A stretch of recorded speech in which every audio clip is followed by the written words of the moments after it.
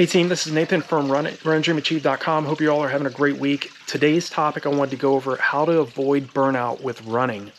This is I've dealt with this as well over the years, and you have to give yourself time, a little bit of time away from the sport. That's one of the best things you can do in terms of avoiding burnout, is getting away from the daily grind of getting out the door and putting in long runs and track sessions.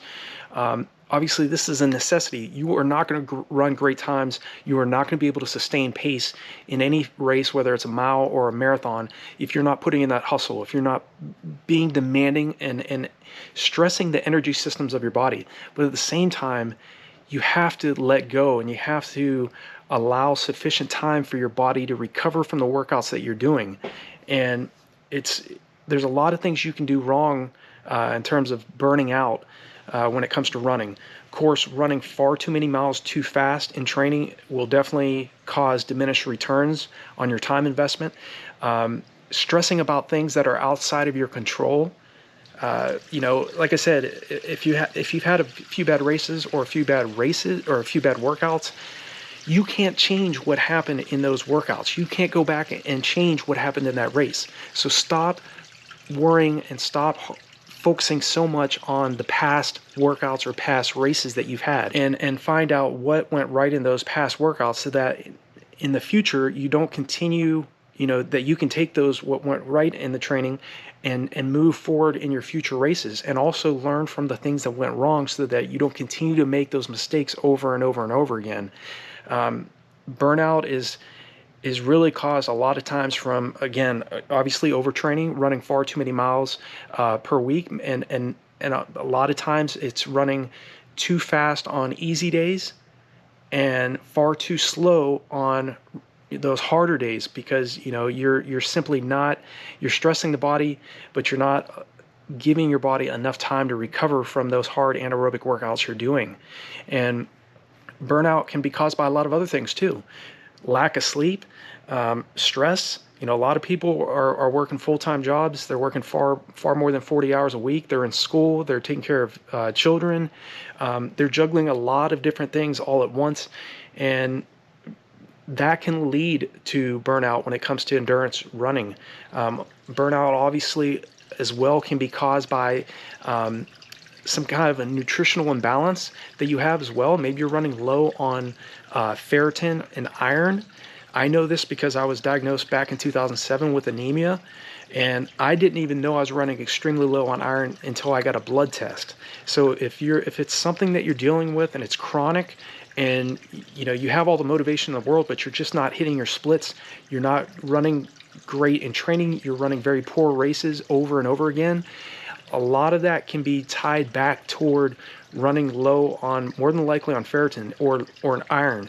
Ferritin is a component of iron, but if you're running low on either one of these two, your cells are not functioning at optimal levels, because your cells are not able to send oxygenated blood throughout your body at optimal levels. And it's very easy to run low on iron. We lose iron through sweat and through foot strike hemolysis, which is when your foot strikes the ground. Every time your foot strikes the ground, it bursts red blood cells on the bottoms of your feet. And if you're training in hot and humid weather, again, you're sweating much more. So these are things that a lot of athletes don't necessarily pay attention to, but can, over a long enough period of time, can create burnout when you're trying to train. You're putting in so many miles, and then at the same time you're fatigued all the time. So that is something to definitely keep in check, and make sure that you're, again, hydrating well enough. A lack of being dehydrated definitely doesn't help the burnout cause, definitely without a doubt. So make sure you're paying attention to those things as well. As I've stressed this in other videos too, it does not hurt you to take a few days off. We as distance runners, middle to long distance runners, are so fired up, so much driven and motivated to do what we do, that it's very hard for us to take some time off. We think that if we take 2 to 3 days off, or maybe 4 days off, we're going to lose some fitness.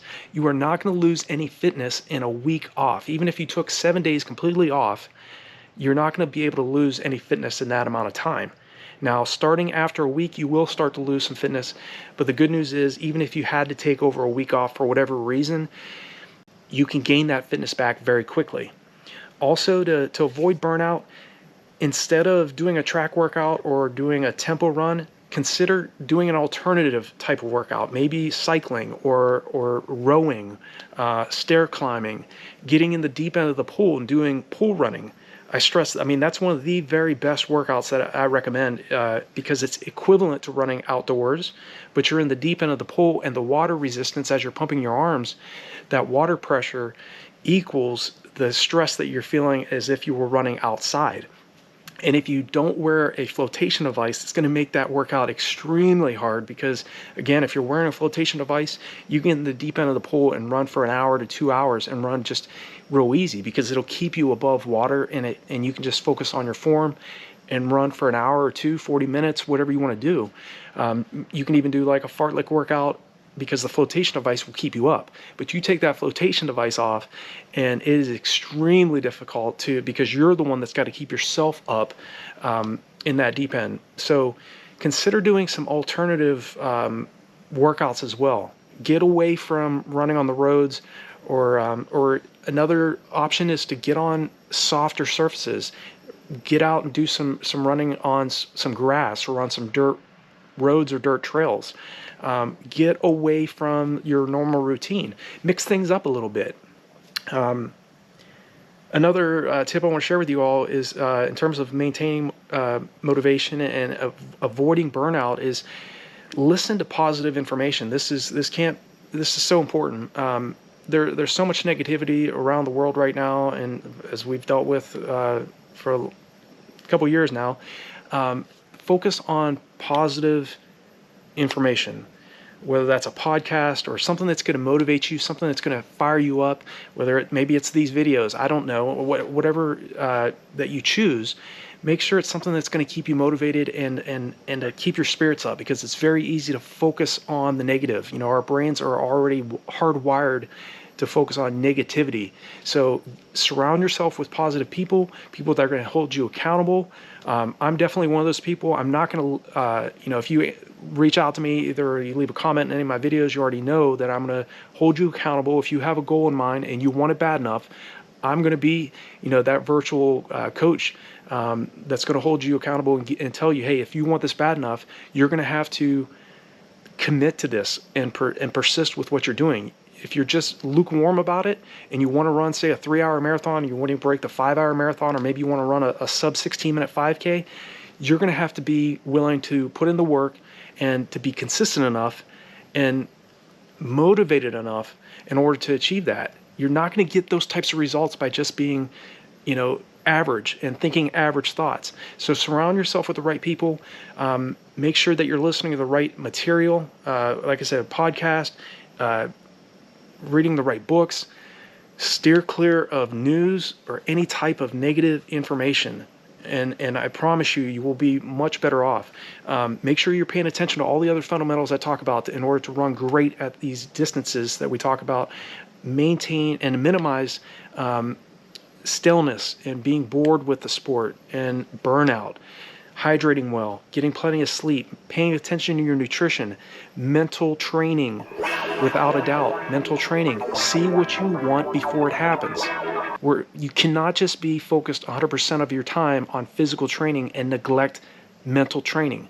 The very best middle to long distance runners I've trained with, Olympians, focused on seeing themselves achieving what they wanted to do before it occurred.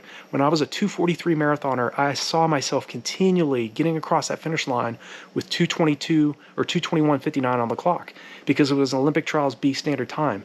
I was doing that months and years before it occurred. And I promise you, that was one major reason why I was able to go from a 2:43 marathoner to a 2:19 time. So I hope this video is helpful for you. Leave me a comment below any of my videos if you have a concern or you have a question or a topic you want me to cover. And also know that there's new RunDreamAchieve merchandise on the website, so definitely check out the new store. I'll leave that in the comment section below or in the description below. So I wish you all the best, and I'll talk to you in the next video.